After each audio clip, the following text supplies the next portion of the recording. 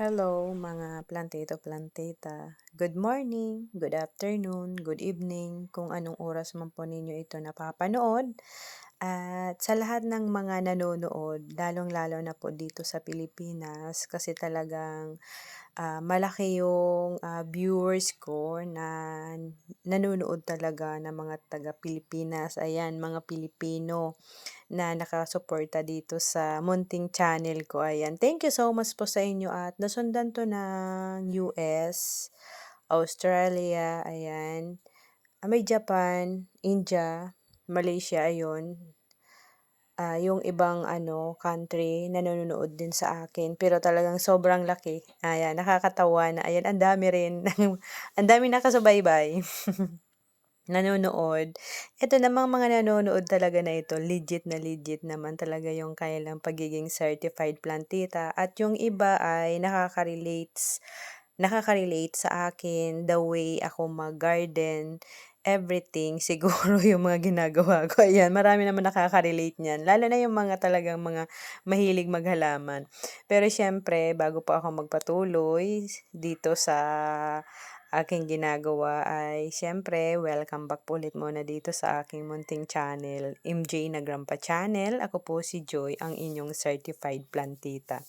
At ayan nga po, dahil voice over ito, kasi habang naglilinis ako dito sa garden na ito ay may music kasi, kaya sabi ko mag voice over na lang ako para ayan ma-share ko po sa inyo. At ayan nga po talaga yung pagiging po nating plantita, kahit po napakadumi na natin, tulad ko sa akin po sa party ko, talagang lagi po akong madumi at halos hindi ako na nakakapag-lotion sa rason na sabi ko maglo-lotion ako, sayang kasi mapuputikan man lang naman yung kamay ko, maaalikabukan lang naman tapos maghuhugas ka pa, mawawala din. Tapos paggabi naman, minsan kasi hindi na rin ako nagbabasa, 'di ba po naka-gloves naman ako, minsan naman hindi na rin ako naman nagbabasa. So, ang pangit naman po mag-lotion ka ng hindi ka man naman nakapaghugas ng kamay. Kasi kahit paano po, kahit naka-gloves po ako, may alikabok pa rin po o may mga dumi pa rin pong puwedeng kumapit sa balat ko. Kaya ayun, nakakapag-lotion ako yung panahon na hindi ako nagga-garden, ayan. Pero minsan 'pag na-straight ko talaga yung 1 linggo, 2 linggo, 3 linggo, 1 buwan sa paglilinis sa garden, ayan walang losyonan. Kaya literal talaga na yung skin mo unang-una hindi talaga siya alagaan. Yan po ang katotohanan. Kasi ang hirap din po talagang maglo-lotion-lotion ka pa tapos hahawak ka po ng lupa, hahawak ka ng, ayan magga-garden nga po. Kaya, hindi puwedeng mag-garden yung maselan.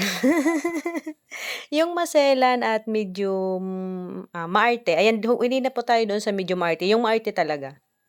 Kasi alam naman po natin na hindi na po tayo hindi na po ako magpaligoy-ligoy pa, ayan. Yung buhay plantita po talaga, bawal po talaga dito yung maarte ka kasi, madudumihan ka po talaga. Yung balat mo mangingitim ka, masusugatan ka, gagaspang yung balat mo. Yun po yung katotohanan. Ito yung kapalit.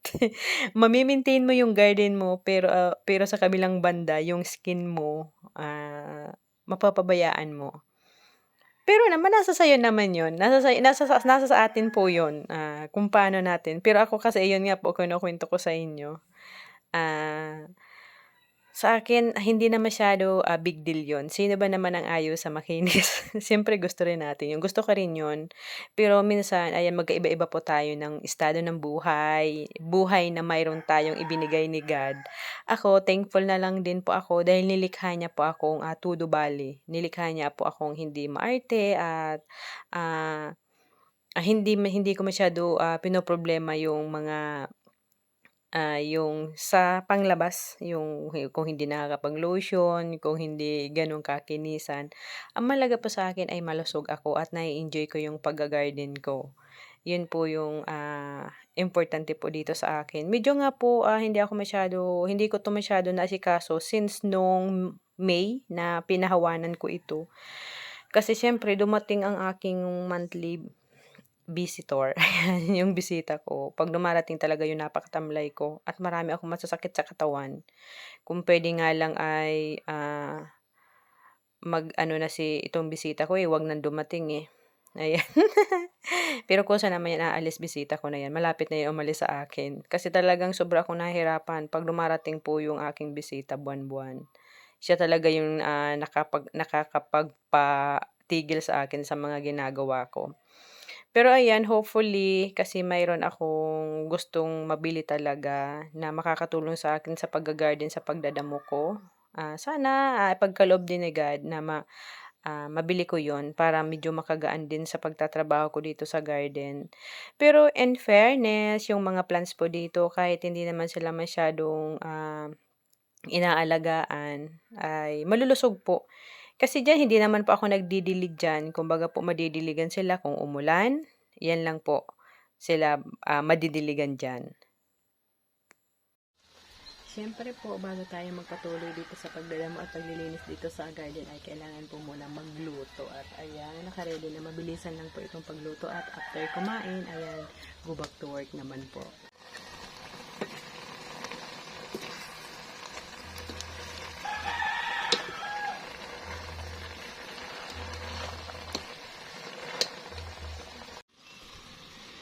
Ayan, madali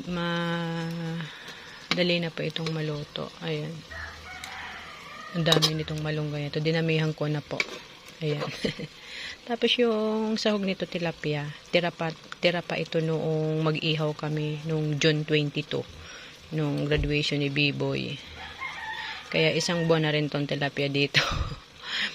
Bali ito, after itong maihaw nung June 22, yung tira ay nilagay ko sa freezer, kaya ayan tumagal. At ngayon, ito, naisahog ko dito sa malunggay. Ayan, 20 na kainin naman ang sakong kakan. Halos 2 aldaw. 2 araw sunod-sunod pako. Pako na tortang pako. Tapos naman, sunod noon ay nagtorta ulit ako ng pako kasi may tira pa at saka sinahog ko naman sa isda. Tapos ayan, ito na malunggay. Ayan, ano na naman kaya bukas. After po nito, kain lang po tayo ng mabilis at na makapag-vlog na po. Kasi ayan, tumigil yung ulan pero parang uulan pa rin.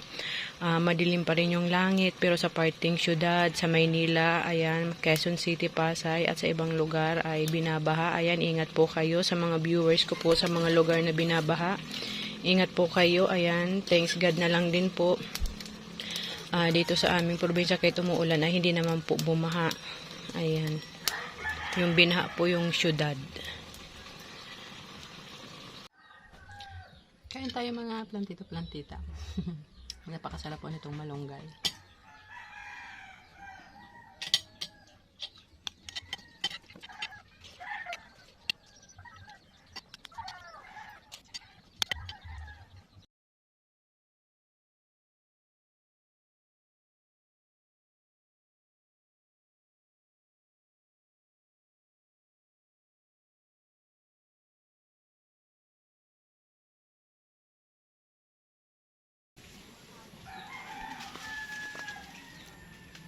Ayan.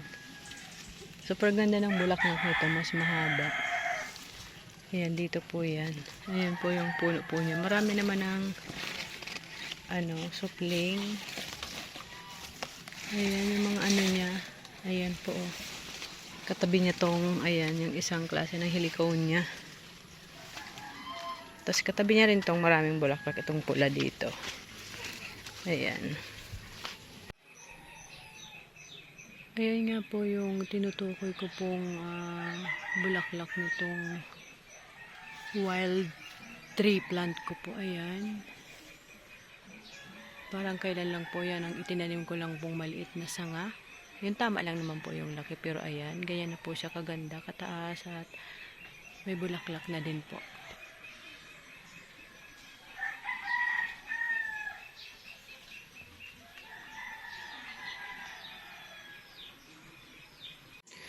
Ayan po, bali ito yung nadamuhan ko pero hindi ko pa natapon yung mga damo.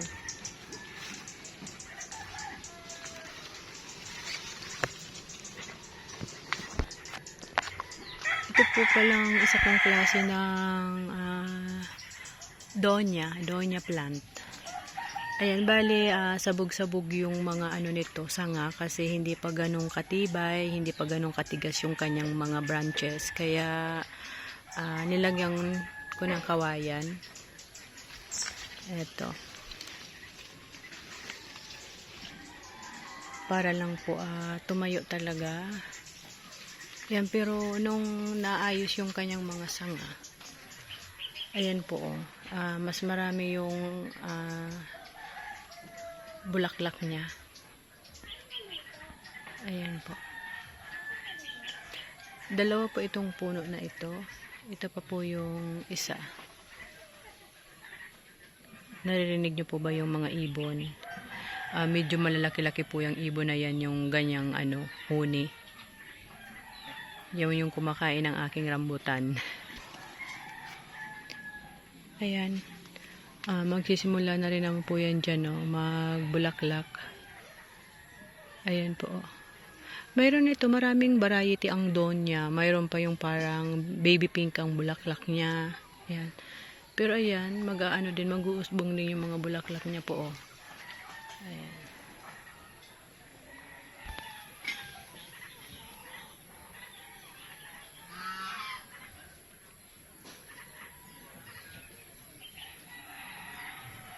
Ngayon po dito, Wednesday, July 24. Tumigil na po ang ulan pero medyo madilim pa po ang langit, makulimlim pa po. Ayan, kakaawa naman sa parte ng Manila. Lubog na lubog po sa baha. Ayan, nakakaawa po talaga. Ingat po kayong lahat dyan. Sana ay safe lang po kayo. At sana yung mga nakalubog, yung mga bahay at na-stranded ay, ayan, ma-rescue. Ito lang po yung hindi pa namumulaklak. Dito ako naiinip. Dito. Adil pa po ba ito? Yung ang tagal na po kasi nito. Hindi pa rin namumulaklak. Ito po. Ayan, itong white. Si Doña Aurora talaga, ayan. Nung umano yung sanga niya, yung parang akala mo po matutumba na. Ayan, nagkaroon ng mga suloy ng mga sanga. At yung mga sanga niya, ito, may mga bulaklak din. Ayan, gusto ko nga siyang putulin, pero nung nakita kong may mga bulaklak pa, sayang naman. Pero iniisip ko po talagang putulin sila. Kasi sobra ng taas. Pero ito yung mga bago niyang sanga, ay marami siyang, ayan, flowers. Ayan. Sayang pa namang putulin. Ayan, umuusbong po yung mga niya, bagong bulaklak niya po. Hindi po tayo lugi pag ito yung alaga natin sa ating garden, ang mga donya. Talaga pong masasatisfied po tayo sa kanilang mga bulaklak. Ayan, bali pangalawang variety po ito. Pero ito yung pinakauna ko. Ito yung pangalawa. Ayan, Donya Luz. Ayan po, mataas na rin to. Tinalian ko na nga po to kasi muntika na siya. May mga tali na to, may suporta. Kasi sa lakas po ng ulan, lumalambot po yung lupa.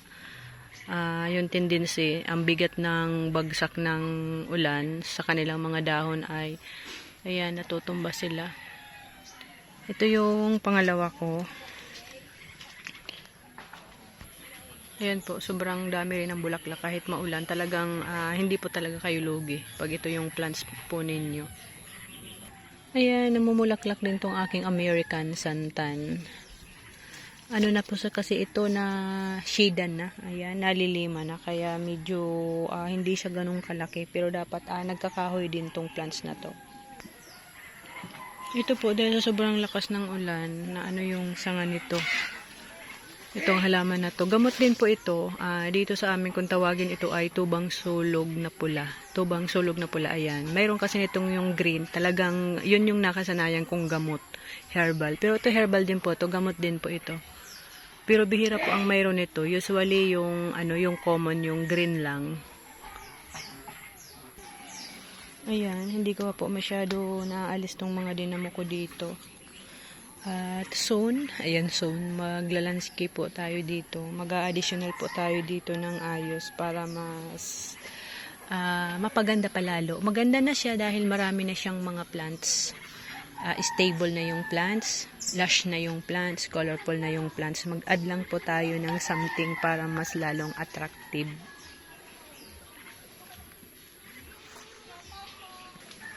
Ito po, ayan, panahon na ng pamumulaklak nila itong bottle brush na orchid. Ayan. Ayan.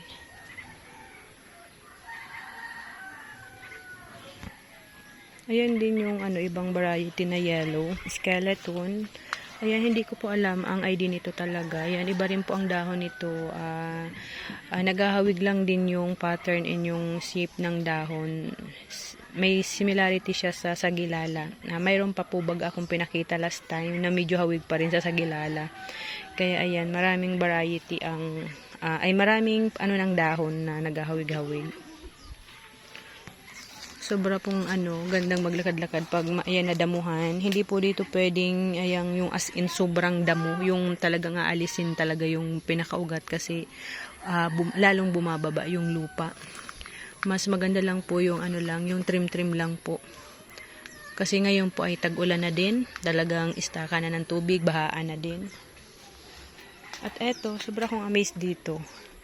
Nakatatlo akong bili nitong heliconia na yellow na ito na hindi nag-success yung pagpatubo ko. At ito galing pa tong Kalabanga. Ayan, nag-isang successful at ayan, napakalago niya na po dyan. Sobrang niya na dyan, sobrang ganda na po talaga nito dyan. Ayan, ganyan na po yung dyan. Talagang kahit paano, hindi naman as in super na damuhan. Pero yung pagka-trim sa kanila, tamang-tama lang nagbigay ng liwanag ng aliwalas din. Matataas na po talaga yung mga plants kung titingnan nyo po. Oh. Ayan, napakataas ng mga plants. Dito po sa bahaging ito, ang hindi ko pa po natatapos triman. Pero itong Indian beads ko, after niyang mamulaklak, yung pinagbulaklakan niya ay natuyo yung mga sanga kay pinutol ko. Pero ayan naman, tumutubo naman na yung mga pinagputulan kong yung namatay nilang sanga. Pinutol ko po, pero ayan naman may tumubo. Ayan, itong bagawak. Ayan, napakadami din po dyan. Kaya napakalilim din po dito sa part na ito. Pag ganito pong makahoy, ang damo po hindi tumutubo. Ayan po, wala siyang damo. Wala siyang damo dito sa bahagi na ito.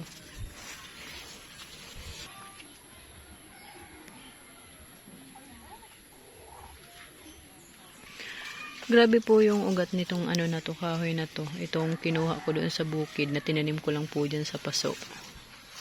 Lumalabas yung mga ugat niya.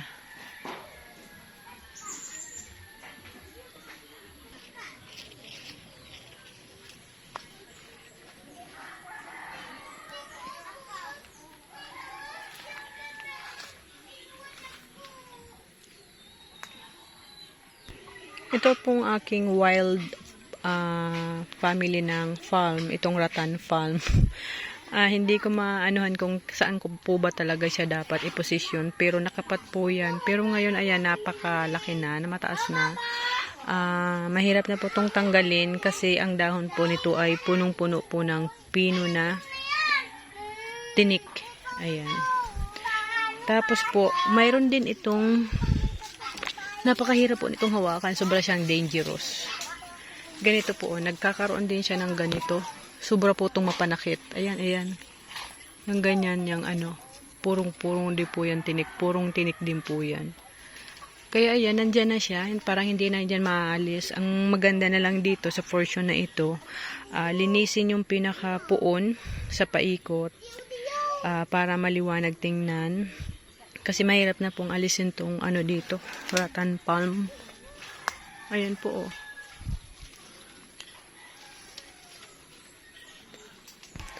Ayan po yung nito. Ito. Ilang puno ba ito? Isa, dalawa, tatlo. Tatlo po pala itong Ayan, nakapat lang yan dati. Ayan, maliit lang yan. Ayan, nakapat lang siya. Pero ngayon, tingnan nyo po. Grabe. Ang niya, tinik niya. Pero ito po, ginagawa talaga itong basket. talagang inaalis po yung tinik na yan at yung pinakabalat niya sa loob niyan ay ginagawa pong mga basket. Ayan, mga handicraft. Talaga pong pinapakinabangan po ito. Sa Bicol ang tawag nito ay huyo. Kaya nga po dito sa amin ay huyo festival kasi ginagawa talaga nila tong mga basket at yung iba pang pwedeng magamit na mapakinabangan. Ayan. Siguro dapat lang to talaga tong malinis. Ayan, may mga ano din dyan. Ayan o, may mga snake plant. Ayan mga plantito-plantita, thank you so much po sa pagsama nyo ulit dito sa plants update ko na hindi ko pa natatapos na pag-aayos at paglilinis sa bahagi na ito ng garden ko kasi nga po umuulan, masama ang panahon kaya medyo parang paano lang ako padurudot-dot ang trabaho, hindi makabuelo. Pero ayan, thanks God na lang din ako dahil yung mga plants dito ay mga palaban na kahit tag-ulan na ay ayan, mga stable na. Kaya, okay na sila. Ayan, thank you so much sa lahat ng aking subscriber. Sa lahat po ng mga viewers, sa mga nagko-comment, nagla-like, and nag-share. Thank you so much po sa inyong lahat. Again po, ingat po kayo sa mga bahagi po dyan sa Maynila na naapektuhan po ng sobrang ulan, na stranded, saan man po kayo. Ayan, ingat po. Thank you po sa inyong lahat and God bless you all po.